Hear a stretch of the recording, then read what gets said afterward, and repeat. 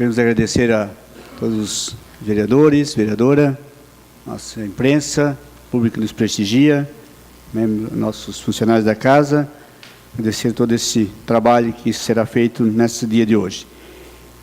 Também, da mesma forma, queremos agradecer ao Dr. Humberto, pela preocupação que se vem dando esse tema tão importante que é a prevenção do câncer de próstata, principalmente esse momento em que o homem passa tanta dificuldade. Passamos então a palavra ao Dr. Humberto para que ele faça uma exposição sobre a campanha do Novembro Azul e que a gente espera que toda a sociedade brusquense brasileira se empenhe nesse trabalho e incentivando essa melhora e essa preocupação. Então, por até 20 minutos, e se precisar também a gente tolera, Então a tribuna está aberta para o senhor. Bom, em primeiro lugar, gostaria de agradecer a esse espaço cedido a mim, pelos nobres vereadores dessa casa. Eu vim principalmente para falar dessa questão do Novembro Azul. Como existe o Outubro Rosa, que é voltado para a prevenção da mulher, foi criado também o Novembro Azul, para tentar conscientizar os homens de que eles têm que também se cuidar mais da sua saúde. É claro que hoje em dia ele é focado mais na questão do câncer de próstata, porque é um câncer que tem uma incidência muito grande dentro da população masculina, assim como o de mama na população feminina e de colo de útero. Mas ele é mais incidente até do que o câncer de mama e o câncer de colo. Então ele hoje em dia ele só perde em incidência para câncer de pulmão, e câncer de pele. E como isso tem mudado, as pessoas têm deixado de fumar, então o câncer de próstata tem tomado a dianteira e está mais incidente, mais frequente no homem. Então, mas ele não é focado, o Novembro Azul não é focado só no câncer de próstata, é focado também no câncer também de pênis, de testículo, que são cânceres exclusivos do homem, e também não só para câncer, ele é focado também na saúde geral, porque o homem ele vem a falecer muito mais, entre todos os adultos que vêm a falecer, de cada 3 adultos, 2 são homens. Por quê? Porque o homem não tem a consciência de se cuidar. Ele não cuida da sua saúde, não faz preventivos periodicamente, e isso tem que mudar. Então a minha vinda aqui é para tentar conscientizar a população. Como eu sei que vocês representam essa população, foi o primeiro lugar que eu achei mais claro da gente vir explicar os motivos do Novembro Azul. Hoje o Outubro Rosa ele é já está frequente, já está firmado como mês de prevenção da mulher. Mas ainda assim, para nós homens não existe uma frequência, não existe uma clareza sobre a prevenção de doenças no homem. Isso, a gente pode pensar que é de hoje, que a prevenção para o homem é de hoje, mas não. Já isso vem desde 2004, quando foi instituído o Dia Mundial de Combate ao Câncer de Próstata no homem. Foi o dia 17 de novembro. E a partir daí isso foi ampliado para o mês todo, em decorrência também desse mês da mulher, do mês de outubro. E como o dia de combate ao câncer de próstata seria em novembro, a gente ampliou para o mês todo. Mas o dia de combate ao câncer de próstata, especificamente, seria 17 de novembro. Isso existe desde 2004. De muitos anos, tentou-se implantar já várias vezes. Em 2009, na gestão do ministro José Gomes Temporão, foi tentado criar a Secretaria de Saúde do Homem para conseguir prevenir a saúde do homem. Ele chegou num congresso de urologia em 2009 e colocou que estava criando essa secretaria, só que, infelizmente, não teve a continuidade que a gente esperava. Então, agora, Quem encampou essa campanha de prevenção foi a Sociedade Brasileira de Urologia, junto com um outro instituto, para tentar fazer essa propaganda, para tentar comover os homens a se prevenirem. Então, a incidência hoje em Santa Catarina, ela é muito, focando mais para a nossa região.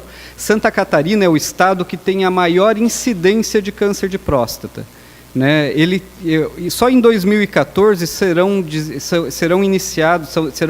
descobertos 2.200 novos casos de câncer de próstata. Existem vários fatores que podem ser elencados, né, na gênese do câncer de próstata. Desde fatores hereditários, né, como quem tem um familiar direto tem uma chance maior de desenvolver o câncer, até fatores ambientais, entre eles a alimentação, né? Uma alimentação rica em gordura, principalmente gordura insaturada, a gente é um pouco reticente, o homem não cuida muito e não quer saber muito de se cuidar em alimentação, bebida, cigarro. Essas coisas levam a uma incidência maior de câncer de próstata. Também a melhora geral da população, se alimentando melhor, então isso acaba levando também a uma incidência maior de câncer de próstata. Quem tem um familiar direto que teve câncer pode ter aumentado em 2 vezes a incidência de câncer de próstata. Então essas pessoas devem iniciar a prevenção acima dos 40 anos. Quem teve 2 familiares diretos, pais ou irmãos, eles podem ter até 5 vezes elevada a chance de câncer de próstata. Então é importantíssimo que quem tenha 1 ou 2 familiares que iniciem o quanto antes a prevenção do câncer. Outra questão é que a cada 1 minuto no Brasil, a cada 3 minutos é descoberto um câncer de próstata.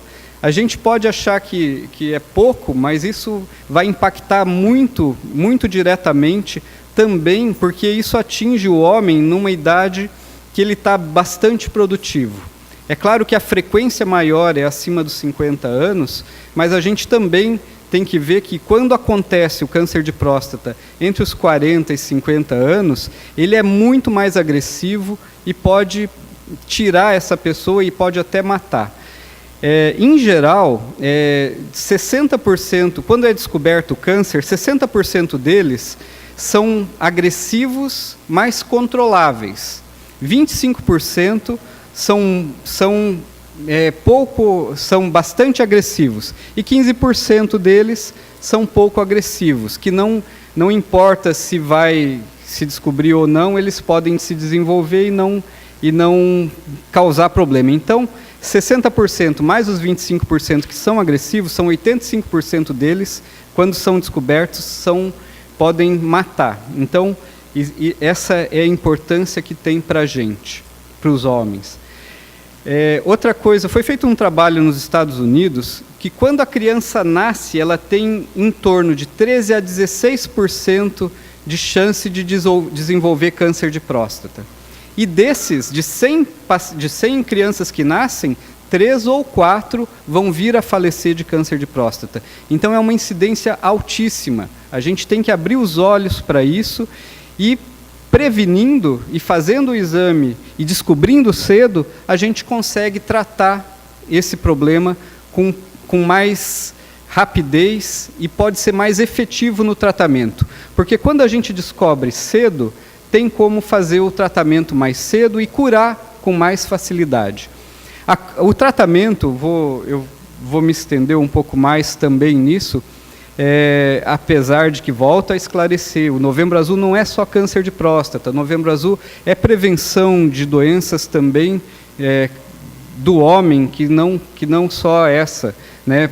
Por exemplo, no Nordeste, a Sociedade Brasileira de Urologia tem insistido na prevenção do câncer de pênis, que para nós aqui não é frequente, mas lá é muito incidente, que pode ser prevenido só lavando com água e sabão, que é a questão da higiene, que pode levar a uma incidência maior de câncer de pênis. O Norte e Nordeste hoje tem uma incidência a nível mundial muito alta disso, e que pode ser prevenido simplesmente com uma boa higiene da região.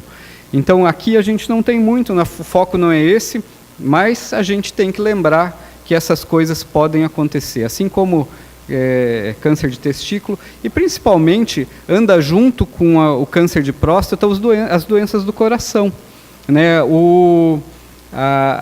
Tudo, eu costumo dizer que assim, tudo que faz bem para o coração faz bem para a próstata, né? Uma diminuição dos níveis de colesterol, exercício, atividade física, uma diminuição também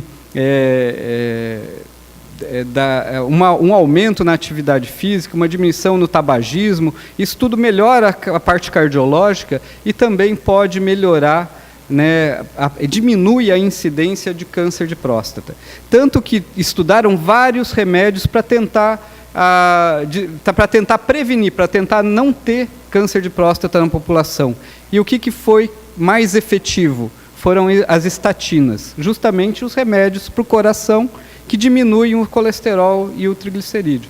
Então, as estatinas são os únicos remédios, comprovadamente, que diminuem o câncer de próstata. Então, é por isso que talvez a nossa região tenha essa incidência tão alta, né, de problemas de próstata, porque é uma região que tem uma alimentação melhor, tem uns hábitos de vida até que propiciam a isso, né, as nossas reuniões de gula, isso aí acaba aumentando, então, piorando essa chance. Voltando, então, ao problema, ao tratamento, existem 3 tipos básicos de tratamento de câncer de próstata, né? Existe a parte de cirurgia, existe a radioterapia, e existe também um tratamento que a gente chama de bloqueio hormonal, que é quando a gente utiliza medicamentos para combater, para evitar que esse problema se alastre. Na verdade, não é um tratamento obrigatoriamente, mas ele bloqueia, e por muitos anos, que impede que a doença progrida. Dentre esses tratamentos, a gente sempre opta por, se for possível, iniciar pela cirurgia. Porque quando a gente inicia pela radioterapia, pode estar queimando a cirurgia. Quando a gente faz a radioterapia, é muito difícil de fazer a cirurgia depois. Já o contrário pode acontecer. Se a gente faz a cirurgia e existe um pouquinho ou um resquício da doença, é possível de fazer a radioterapia local com bons resultados. Então, a gente sempre deixa, eu prefiro usar isso, e sempre deixar a radioterapia como um segundo plano. Mas ela pode ser primeiro plano, dependendo também da idade e da evolução do paciente. Então, dentre esses tratamentos, eu queria ressaltar também que a prostatectomia radical, que é o tratamento de escolha principal para esse tipo de problema, ela tem evoluído muito com o passar dos anos. Eu fiz a primeira prostatectomia radical aqui em Brusque em 1998. Né? De lá para cá, as evoluções técnicas de cirurgia e as evoluções tecnológicas também foram tantas que diminuíram o tempo da cirurgia em quase a metade, com melhores resultados, tanto de continência quanto de potência sexual. Que um dos maiores problemas da cirurgia são esses, né? Em torno de 5% de continência pode atrapalhar, e em torno de 30% a 40% de perda de potência sexual, que hoje é totalmente curável. É claro que, em vista da face do problema maior, que é o câncer, eu acredito que até esses problemas aí que são contornáveis, eles podem existir, mas são totalmente curáveis. A questão do exame, né? Como descobrir? A gente normalmente insiste em fazer o PSA, que é o exame de sangue, que desde que ele surgiu na década de 80, ele veio para revolucionar a descoberta do câncer de próstata. Então, o PSA, ele pode detectar, dos pacientes que têm câncer, ele detecta 75% a 80%. Ele não é 100%. Então, a gente associa ao PSA o toque retal, para tentar chegar a uma acurácia diagnóstica um pouco maior, que chega então, utilizando os dois métodos, chega em torno de 94% de detecção do problema. Quando a gente faz o PSA está alto, faz o toque tem uma alteração, a gente parte para fazer uma biópsia, que é a biópsia transretal de próstata, onde a gente retira fragmentos e manda para o exame, para o anátomo patológico, para tentar detectar o problema. Então, de todas as biópsias, uma indicação de biópsia não é também não é 100% de que vai ter o problema, porque várias outras doenças de próstata podem alterar o PSA e podem alterar o toque retal, entre elas o que é mais comum é a infecção, é uma prostatite, que pode também ter essas coisas, que é o aumento do PSA e o toque retal alterado. Então, quando a gente biopsia, e se vier o resultado, a gente tem, então, que tratar, e aí é o que eu falei antes, ou a gente passa para a cirurgia, ou a radioterapia. Então, seria interessante que a gente insistisse nessa prevenção através do PSA e do toque retal, né? Todo homem acima dos 40 anos que tem um familiar ou afrodescendente, que a incidência em afrodescendentes é mais frequente, então tem que iniciar com 40, ou então quem não tem familiar ou não é afrodescendente pode iniciar com 45 até 50 anos. Hoje a orientação do Ministério da Saúde que possa ser aos 50 anos, apesar de que uma taxa não muito alta desse tipo de problema pode acontecer entre 45 e 50 anos, mas foi optado por se fazer esse exame só acima dos 50. Mas eu sempre sugiro os 45, já que prevenção nunca é demais. Então, se a gente fizer só o PSA, existe uma taxa de erro, como eu já falei, em torno de 20% até 25%. Então, como essa taxa de erro é alta, a gente sempre insiste nessas campanhas também de se fazer o exame retal. Existe um trabalho que de 1.400 homens que fizeram PSA, foi descoberto o câncer em até 48. Né? Então, existe uma incidência que só pelo PSA a gente consegue também rastrear, mas não é tão eficiente. Bom, eu acho que eu fui claro, gostaria de colocar a palavra à disposição para qualquer questionamento, né? Eu não sei se tem mais alguma coisa que eu possa explanar sobre isso. A gente, às vezes, quando chega aqui, fica um pouco ansioso, né? Mas gostaria de agradecer a oportunidade novamente de estar aqui. Né? Ano que vem faço 20 anos de Brusque, né? Eu estou aqui já há 20 anos, tratando, né, esse tipo de problema já há bastante tempo e tentando contribuir para que a nossa população venha a ter melhores condições de saúde. Espero também que vocês sejam os vetores de tentar espalhar essa ideia do Novembro Azul, para que a gente traga mais homens para fazer as prevenções, para que a gente consiga, com isso, salvar mais vidas. Porque o homem realmente está relegado a um plano, ele próprio não quer admitir, porque o homem sempre tem aquela ideia de ser o super-homem, né, e está envolvido sempre no trabalho, e a mulher sempre tem aquela consciência maior de cuidar da família, de cuidar de todos, ela sempre insiste, e também vem pedir também, não só para os homens, mas principalmente para as mulheres, porque muitos homens chegam no consultório que foram levados lá pelas mulheres, porque pela mãe, pela filha, porque elas têm essa consciência, e a gente não tem. A gente tem que criar. Então, o Novembro Azul está aí, é para isso, é para tentar criar a consciência. Mas, por enquanto, a gente apela para a consciência feminina. Né? Então, as mulheres também são importantes no Novembro Azul, tanto quanto os homens, para tentar levar os homens. Eu tive um paciente, há alguns anos atrás, que eu até achei interessante, que ele chegou contra a vontade, ele brigou com a mulher veio junto, e aí assim, eu vim aqui só por causa dela. E não é por um azar, ele teve um problema, ele teve que fazer uma cirurgia e se curou. Aí no final, quando ele veio, depois da cirurgia, Eu falei para ele, viu, agora você agradeça a sua esposa pelo que ela fez por ti, ela salvou a tua vida, e ele, num primeiro momento, ele veio receoso, veio brigando, mas no fundo é isso, a gente tem que estar consciente de que a gente não é super-homem, a gente está fragilizado, na verdade, porque a gente acha que não vai ter nada nunca. Então a ideia é essa, o Novembro Azul veio para tentar tirar esse preconceito e tentar mudar a cabeça dos homens. Seria isso. Eu me coloco à disposição, caso alguém tenha algum... Muito boa tarde, obrigado, senhor presidente, senhores vereadores, senhora vereadora, público que nos prestigia, quem nos assiste através da nossa imprensa, quem nos ouve através das ondas da rádio, quem nos assiste através do streaming na internet, assessoria dessa casa e aqueles que aqui estão presentes. E, em especial, doutor Humberto, obrigado pela presença do senhor, aí, pela cruzada que o senhor tem feito aí pelos meios de comunicação, a gente tem acompanhado.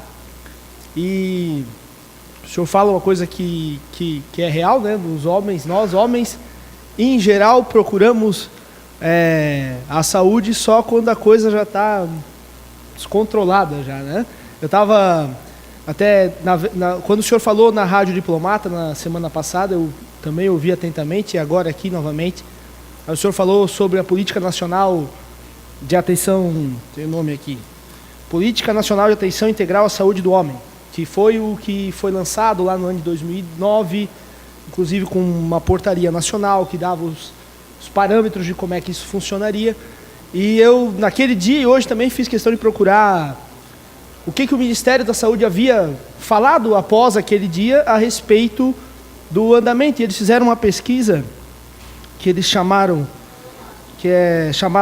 uma pesquisa chamada Fortalecimento da Política Nacional de Atenção Integral à Saúde do Homem, desafios entre os compromissos e a atenção integral na saúde, na atenção básica. E lá tem um dado interessante que mostra, na pesquisa que eles fizeram no Brasil, os motivos que levam o homem a ir para uma unidade básica de saúde. Aí lá está no topo, doença. E logo em seguida, acidente. Rotina, lá embaixo. Então, como o senhor tem dito, né, não é uma prática, não é um costume, espera a coisa estar degringolada para ir lá. Mas o senhor também falou, tanto na entrevista quanto aqui, que o senhor percebeu que a coisa não evoluiu da maneira, quando foi lançada a portaria, não evoluiu da maneira como se esperava que deveria se evoluir. E eu estava vendo também nessa mesma pesquisa, que foi feita também com gestores da saúde pública, em especial das unidades de saúde do Brasil inteiro, estava lá mostrando que apenas 50% dos entrevistados conheciam, e isso eram gestores, conheciam o que era o Plano Nacional de Atenção à Saúde do Homem. E aqui na região sul era menor ainda, era 30%. Aí o senhor também fala a respeito de que aqui a incidência do câncer de próstata é maior. Será que isso não está ligado? E assim, na visão do senhor, o que faltou? Qual é o desafio para o momento? O que os governos deveriam fazer para que essa... Porque eu lembro de uma campanha de mídia que foi feita na época, onde eles mostravam lá a figura do pai ausente, né, num parque, uma coisa muito tocante, assim, que foi a primeira vez que eu me lembro de ter ouvido falar da Política Nacional de Saúde do Homem. Mas, de fato, isso de uns tempos para cá se perdeu, e o Novembro Azul trouxe isso à pauta de novo. Mas qual que o senhor acha que é o desafio? O que os gestores públicos deveriam fazer para que isso viesse à pauta novamente? Muito obrigado. Senhor presidente, senhores vereadores, prezada assistência que nos acompanha, quero também agradecer a presença aqui do doutor Humberto. E como eu já estou com 60 anos, eu já estou... A fase de risco, né? É maior, está eu aqui, o doutor Celso, o Ivan. O fator previdenciário diminui e o fator de risco aumenta na nossa idade. Então, como eu estava sabendo da sua visita aqui, eu tenho algumas curiosidades que vou transformar em pergunta para ser mais objetivo. A partir dos 40 anos de idade, o papel da glândula da próstata, ela passa a ser indesejável porque ela passa a não ter mais função e ela começa a aumentar de volume, né? Chama-se hipertrofia da próstata. Então eu fiquei perguntando, com a idade,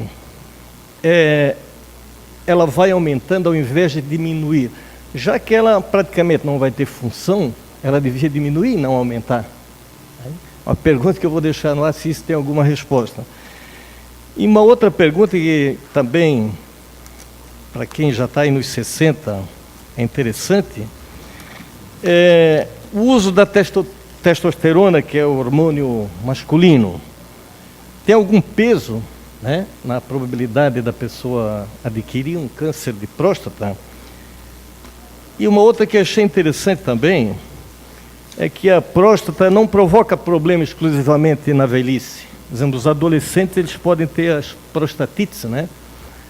Então eu queria saber o que são prostatites e quais as causas mais frequentes. Seriam essas as perguntas, além de outras que teria aqui, mas para dar tempo aos outros vereadores perguntar. Eu queria dizer mais uma vez que é muito importante, sempre que a gente tem um tempo disponível, trazer especialistas, por exemplo, nessa área aí, né? Na urologia, em outras áreas também. O senhor colocou aqui, muito bem colocado, que o câncer de próstata hoje é um dos que mais matam, né? Além do câncer, já ultrapassou, me parece, o câncer do pulmão. Então são dados assim que é interessante a gente debater, ouvir, porque isso aqui também serve como caixa de ressonância para que isso se difunda, né? Essas informações que muitas vezes as pessoas confundem. E tem muito mito também em cima disso aí. O senhor disse na sua explanação aqui que as gorduras, por exemplo, né, principalmente as trans, elas influem quase que diretamente numa condição, ou é um fator de risco muito grande, né, para que ocorra um câncer de próstata. Então isso tudo é interessante porque esclarece a gente e nos torna um pouco mais conhecedor do assunto. Muito obrigado mais uma vez pela sua presença. Senhor presidente, senhoras e senhores vereadores, prezados cidadãos e cidadãs que estão acompanhando a nossa sessão, da mesma forma cumprimentar os representantes da imprensa. E o nosso agradecimento especial ao doutor Humberto, que gentilmente atendeu um convite desta casa para vir aqui falar sobre um tema tão importante quanto este, que é, entre outras doenças que atinge o homem, mas em especial aqui no caso, o câncer de próstata. Claro que como nós já temos 60 anos, nós somos os primeiros a perguntar, ficar mais preocupados. Nós sabemos, como o senhor disse, que detecta-se através do PSA, o exame de sangue, também o toque retal. E outro fato que me chamou a atenção, quando o senhor nos mostrou que quem tem um caso na família tem até 2 vezes de chance maior de ter também, de contrair o câncer de próstata. E quem tem 2, até 5 vezes mais. Então isso, eu acho que é um fator importantíssimo, né, uma informação importante para que as pessoas que têm casos na família, que realmente fiquem atentos para buscar aí, fazer os exames necessários. E isso realmente nos preocupa. Mas além dessas 2 situações, o que eu queria deixar bem assim, específico aqui, a questão de quais são os outros sintomas que nós podemos detectar, vamos dizer, além de a gente saber que tem que fazer esse exame, né, do PSA e do toque retal, mas também qual é outra característica que vem o homem a detectar a necessidade de procurar isso. Ou se é somente na idade, né? Porque muitas vezes a gente pode ter um sintoma físico, né, que isso possa nos alertar e fazer com que a gente vá mais cedo procurar, né, recursos junto à medicina. É isso que eu queria deixar registrado. Bom, então, sobre os questionamentos, então, para o vereador Felipe Belotto, o que o gestor público pode fazer, né, para a gente prevenir melhor o câncer de próstata? É assim, existem várias frentes que a gente pode tomar, né, para tentar essa prevenção. Uma delas, que até eu participei durante 10 anos junto com a Rede Feminina de São João Batista, eu fiz a prevenção do câncer de próstata lá naquela cidade. Foi um trabalho voluntário por um tempo bastante longo e a gente conseguiu criar o hábito, e junto com a rede, de conseguir né, prevenir.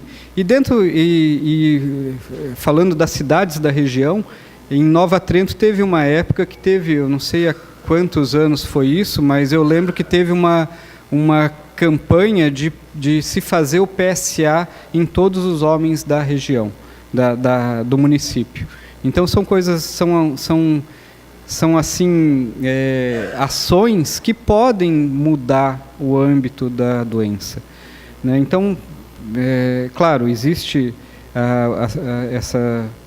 dentro da Secretaria de Saúde, tudo tem toda uma infraestrutura para se pensar nisso, mas claro que são levados em conta os custos de toda essa ação, né? Então, como a gente não dispõe também de tantos recursos, então isso é uma coisa que tem que ser pesada.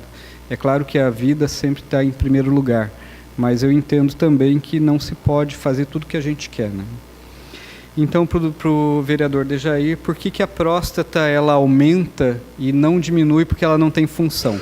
A próstata ela serve para produzir o líquido seminal, né, que é na ejaculação, que é ejaculado, que apesar de o testículo produzir o espermatozoide que dá a fertilidade, a próstata é o que produz o meio líquido para ele poder sair, né? Então, ela diminui, claro, a função depois de uma certa idade, mas existe uma teoria de que é por variação hormonal que ela acaba crescendo.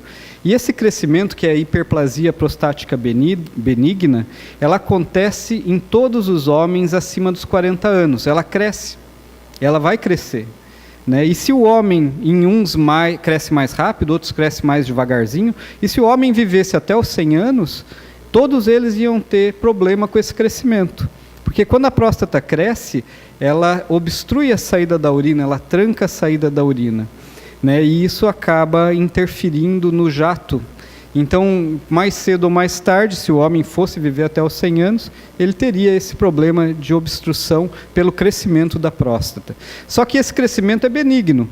E aí a gente tem que estar alerta para tentar detectar se tem algum nódulo nesse crescimento benigno, se tem alguma coisa diferente nesse crescimento que não seja normal, né? Mas porque crescer ela vai. Se vai crescer em algum ponto específico com câncer, aí é diferente, né? O uso do hormônio, ele é um problema, né? Porque para o homem, ainda bem que para o homem a diminuição hormonal não é tão frequente quanto para a mulher. A mulher, depois da menopausa, quase todas elas têm uma diminuição bastante significativa do hormônio. Já o homem, ele tem uma diminuição bem gradual e bem lenta, né? Mas ainda assim, em alguns é necessário se fazer a reposição. O problema é que tem gente que usa o hormônio assim com muita frequência e deliberadamente. Então isso pode, se o homem não faz a prevenção do câncer de próstata e ele tem um pequeno tumor, o hormônio masculino faz esse tumor crescer mais rápido. Tanto que eu falei antes que um dos tratamentos é o bloqueio hormonal, né, para evitar que a doença cresça. Então, quando tem o câncer, e se você usa o hormônio, então essa doença pode desenvolver muito rápido. E quanto à prostatite, é uma inflamação na próstata, é uma infecção. Ela é adquirida, normalmente é por via uretral, uma bactéria entra pelo canal da urina e vai se instalar na próstata e acaba desenvolvendo uma infecção. Ou por via uretral, ou por via sanguínea, que também é menos frequente, mas aí ela desenvolve uma infecção e inflama a próstata, que também pode elevar o PSA e pode dar alterações no toque. E não é só frequente em pacientes de menos idade, ela também acontece nessa faixa etária da doença da próstata. Para o vereador Ivan Martins, respondendo quais são os sintomas. Como eu falei antes, esse aumento da próstata pode gerar uma obstrução do jato urinário. Então, a urina não sai com tanta força. Quando o homem vai para urinar, demora para começar. Quando sai fininho, ou sai interrompido, ou no final pinga mais. Então, esses são os sintomas do crescimento normal. Mas a gente tem que daí procurar, porque o problema do câncer é que ele não dá sintoma. Então, tem que daí, se tem esse crescimento normal, a gente tem que procurar um urologista para ver se nesse crescimento normal não tem um tumor, não tem um câncer. E lembrar de novo que o câncer não dá sintoma, né? Então tem que começar a fazer a prevenção independente de qualquer sintoma quando chega na idade. Seria isso sobre esses questionamentos. Queremos agradecer ao doutor Humberto por ter se colocado à disposição. A presidência fez o requerimento, doutor Celso Mais, o doutor Humberto é que se colocou à disposição de vir, né? Então, para protocolar realmente fazer essa situação, então nós colocamos, né, fizemos o requerimento. Mas agradecendo e sabemos da luta do doutor Humberto, né, e essa casa está à disposição desse trabalho, né, que não é só o novembro, dia 17 de novembro é para realmente marcar a data, mas tem que ser o ano inteiro, né, e é nessa forma que essa casa também vai estar à disposição. Nada mais havendo a tratar, damos por encerrada a presente reunião, marcando a reunião ordinária para o dia 11 de novembro, às 17 horas, está encerrada a presente sessão. Muito obrigado, boa noite.